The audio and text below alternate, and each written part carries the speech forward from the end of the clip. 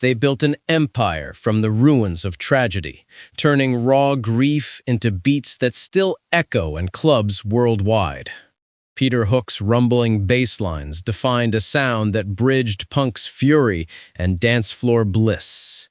But what started as unbreakable brotherhood and new order fractured into a bitter, money-fueled war. No on-stage blow-ups, no leaked voicemails, just quiet moves that turned lifelong mates into courtroom rivals. One day they were rewriting music history, the next suing over every last royalty check. The fallout wasn't just about egos or old grudges. It exposed a secret that nearly erased their shared legacy. It was a tale of loyalty tested, fortunes lost, and a band that couldn't dance through the darkness. This is what really happened between Peter Hook and New Order. Manchester, 1976. Four lads cram into a dingy van, chasing the Sex Pistols gig that would flip their lives upside down. Bernard Sumner strums jagged chords, Peter Hook slings his bass low like a weapon, Stephen Morris pounds the drums with machine gun precision, and frontman Ian Curtis spits poetry that cuts straight to the bone. They call themselves Joy Division, and within 3 years, they've carved a sound so raw it rattles the underground. 1979, Unknown Pleasures drops, all stark angles and echoing despair. Critics lose their minds. John Peel spins it nonstop. The follow-up, Closer, records in a freezing London studio while Ian's health unravels. Epilepsy seizures, marital collapse, the weight of lyrics that read like goodbye notes. May 2nd, 1980, Ian Curtis ties a clothesline in his kitchen and ends it all at 23. The remaining 3 stare at a future suddenly hollow. They almost call it quits. Then, at a smoky Salford pub, they decide to honor Ian by playing on. Gillian Gilbert steps in on keys, Sumner grabs the mic, and New Order is born.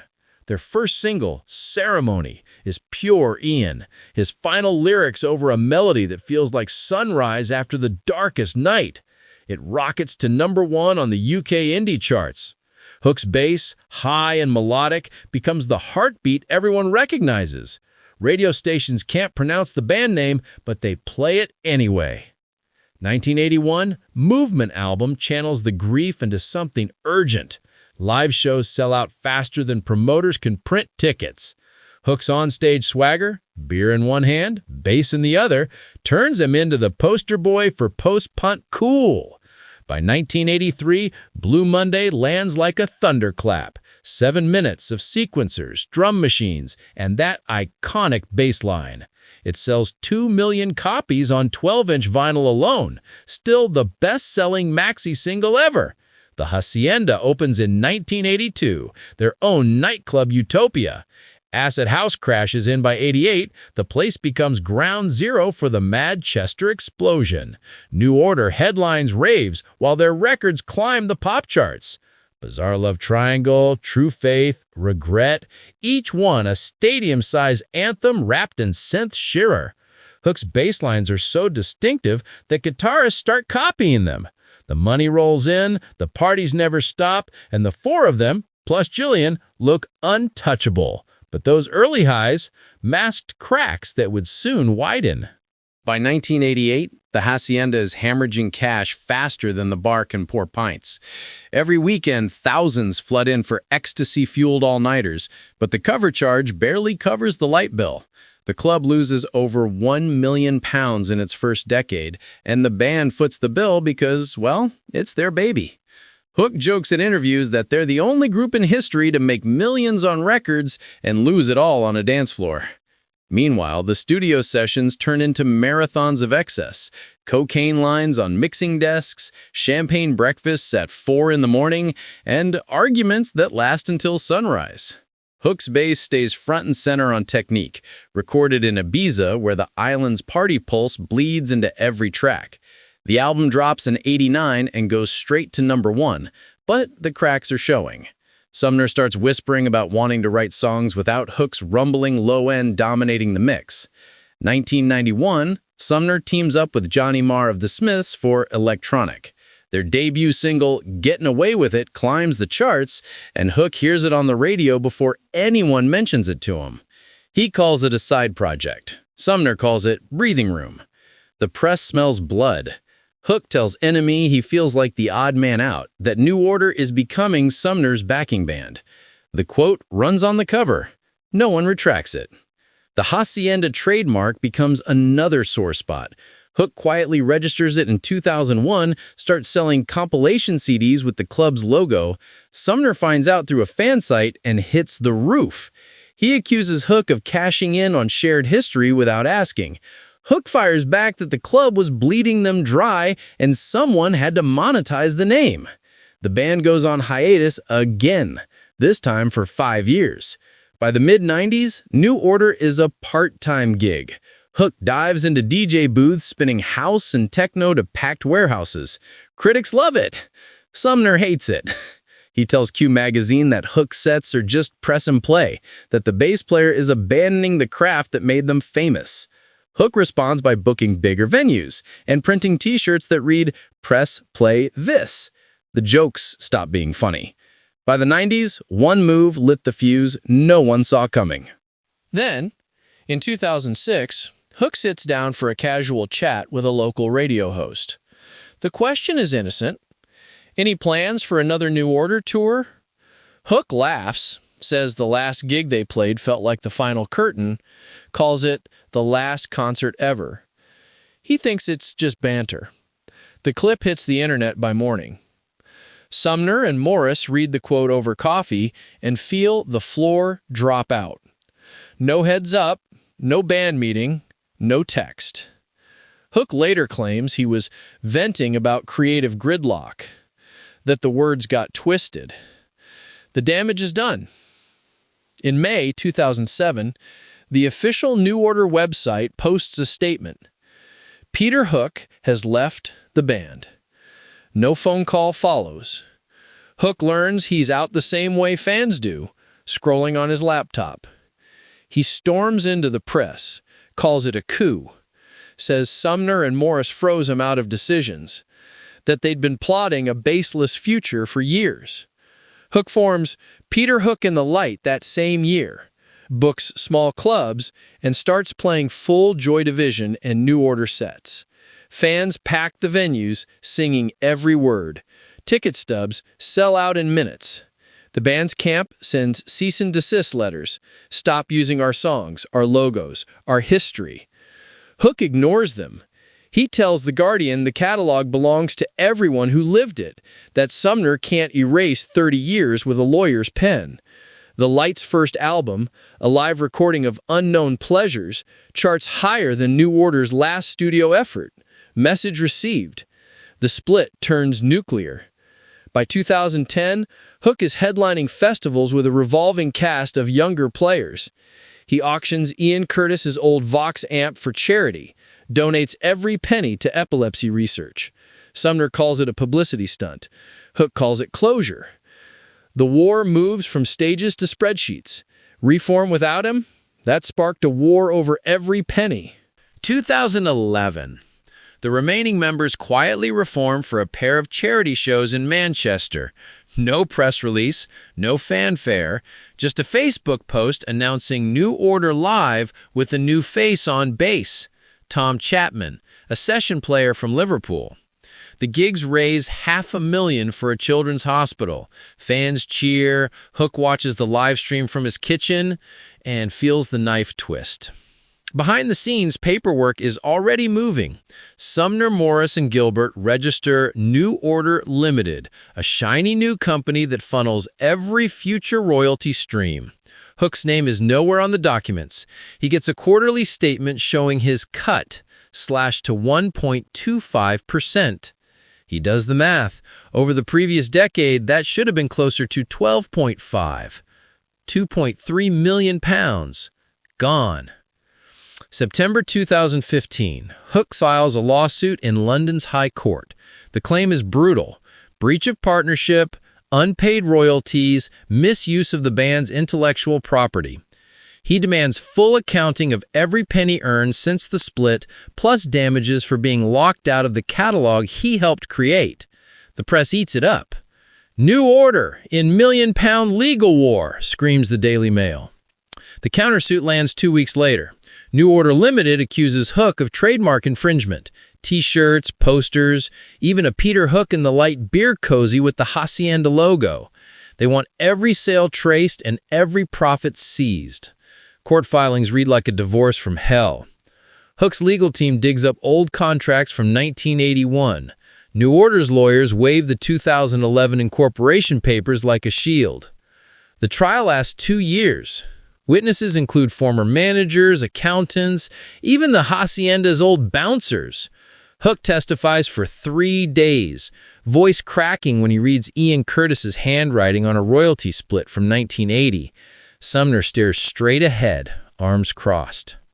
September 2017, settlement announced outside court. Full and final, both sides say. No numbers disclosed. Hook walks away with a handshake and a non-disclosure agreement thicker than a phone book. The catalog stays split. Hook keeps touring the old songs. New Order keeps recording new ones. Paper signed, but the scars, they just got deeper. Hook's memoir, Substance, Inside New Order, hits shelves in 2016, and it reads like a grenade with the pin already pulled. Every page drips with details the others wanted buried. Sumner's control-freak studio tantrums, Morris's silent resentment, Gilbert's quiet exit in 2011. Hook names the exact night in 1989 when the cocaine budget outran the recording budget.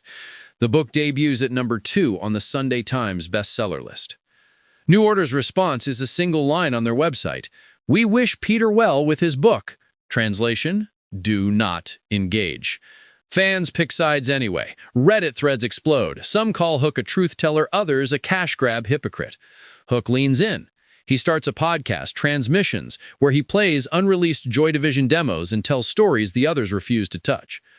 2020, the pandemic locks everyone at home. Hook posts daily Instagram videos from his basement, strapping on the bass to play Love Will Tear Us Apart for NHS workers. Views hit millions. Sumner posts a selfie in a garden, captioned, "Silence is golden." The contrast is brutal. Hook tells The Quietist the grudge is unforgivable, that he still wakes up angry about the royalty split. 2023. The Rock and Roll Hall of Fame nominates both Joy Division and New Order in the same breath. Hook calls it an olive branch. Text Sumner, "Let's do it for Ian." No reply. The induction ceremony never happens. The band stays on the long list into 2025. Hook jokes on stage that the hall should induct the lawsuit instead. By 2025, the DMs flood Hook's phone daily. Fans beg him to stop calling the current lineup a bad cover version. He reads one aloud in April. "Your bass made me fall in love with music. Please, don't hate the new guys." Hook pauses, voice cracking, and then says, "I don't hate them. I miss us." The clip goes viral. New Order's Memento Mori tour sells out arenas without a single Joy Division song in the setlist. Hook's light shows open with Atmosphere and end with 20,000 voices screaming along. The war has no battlefield left, just echoes. As legends age, one question haunts. Can they ever bury the hatchet? Hook stands on a small stage in Lisbon 2024, sweat dripping from the same low-slung bass he bought in 1978. The light tears through Blue Monday, and the crowd surges like it's 1983 all over again. Backstage, he auctions a signed Joy Division setlist. The proceeds go straight to a suicide prevention charity. He's done this at every gig since 2019, quietly raising over £200,000 without a press release. Meanwhile, New Order headlines Glastonbury's Pyramid Stage. The setlist is sleek, modern, bass tucked politely in the mix. Fans in the front row hold up signs. "Where's Hookie?" Security confiscates them before the cameras catch it. Sumner spots one anyway, gives a tight smile, and launches into plastic like nothing happened. The Hall of Fame long list drops again in early 2025, Both bands are on it. Separate entries, same paragraph. Hook posts a selfie with the nomination letter. Third time's the charm? Fans flood the comments with reunion fantasies. A petition to force a one-off performance hits 50,000 signatures in a week. Hook likes the post, but never retweets it. He starts running marathons instead. Manchester, London, New York, always in a Joy Division shirt. Reporters ask if he's training to outrun the past. He answers, "I'm training to outlive it." New Order releases a deluxe low-life box set. Hook releases a live album from the Lights Albert Hall show. Both chart. Neither mentions the other. At a fan Q&A in Berlin, someone asks the question everyone dodges. Would you share a stage again? Hook stares at the floor for 10 full seconds. If Ian walked in right now and asked, I'd plug in before he finished the sentence. But the living, they'd have to ask first. The clip racks up 3 million views. Sumner's only public comment is a podcast shrug. We've all said enough. Hook keeps a framed photo in his studio. The 5 of them outside the Haçienda in '82, arms slung around each other, grinning like the world was theirs. He dusts it every Sunday. The glass is cracked from a stage dive gone wrong in '93. He never replaced it. Some breaks, he says, are part of the story. The songs still play, in clubs, in cars, in headphones on midnight trains. 2 versions of the same legacy, forever circling each other like binary stars. One day the orbits might collapse. Until then, the bass keeps rumbling, the synths keep shimmering, and the question hangs in the air like smoke that never quite clears. Here's the wild part. After everything, the lawsuits, the memoirs, the radio silence, Peter Hook and New Order still share the same heartbeat. Every time Blue Monday drops in a club, every time a teenager discovers Love Will Tear Us Apart on a playlist, both sides win. The music never asked permission to heal. Hook tours smaller venues now, but the rooms feel bigger. He tells the crowd in Leeds, this bass belonged to a kid from Salford who thought 3 chords were enough to change the world. They roar back like it's 1981. New Order plays stadiums with LED walls and laser grids, and somewhere in the back row, a 40-year-old sings every word with tears in their eyes because their dad played Substance on car rides to school. The real tragedy isn't the split. It's that Ian Curtis never saw what his ending created. A sound that outlived the pain, a legacy that outran the lawyers. Hook raises money for epilepsy research at every gig. New Order quietly funds a Manchester youth music program. Neither side publicizes it. The money just shows up. So, maybe the hatchet is buried under layers of pride and paperwork. Maybe one day a charity stage in Manchester will force 4 old friends to plug in side by side for 3 minutes and 45 seconds of ceremony. Maybe not. But the songs keep playing, and every bass line, every synth swell, every cracked voice in the crowd is proof that some bonds don't need a contract to hold. Next time you hear that iconic rumble, ask yourself, could you walk away from the thing that defined you, or would you keep playing it forever? Drop your take below. Reunion or respect from afar? This is Retro Celeb Talk. Hit subscribe, ring the bell, and let's keep unpacking the stories behind the songs that never fade.